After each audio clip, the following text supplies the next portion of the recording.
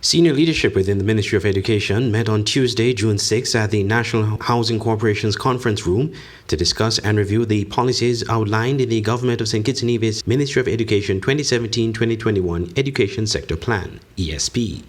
Mrs. Carla Mills Diamond, Acting Chief of Education Planning, communicated the reason for this activity.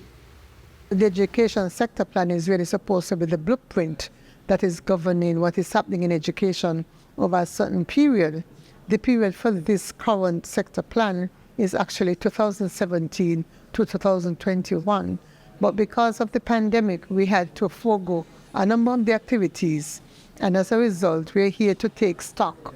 We want to look at the activities and see what have we accomplished and what is still outstanding. Mrs. Mills Diamond described the nature of the exercise.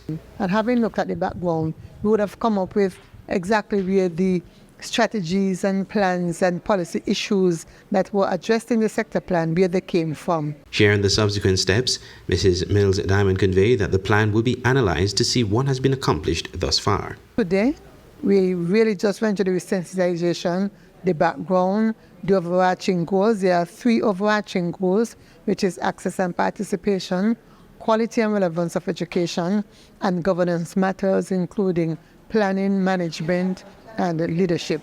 So we would have looked at those areas and would have seen, just reminded ourselves of what the plan was about, what were the overall goals and objectives. Moving forward, what we are going to do, we are going to be now analyzing the plan and seeing what have we accomplished so far, what is still outstanding, what is in progress. Having made that determination, we will then move on to our annual work plan.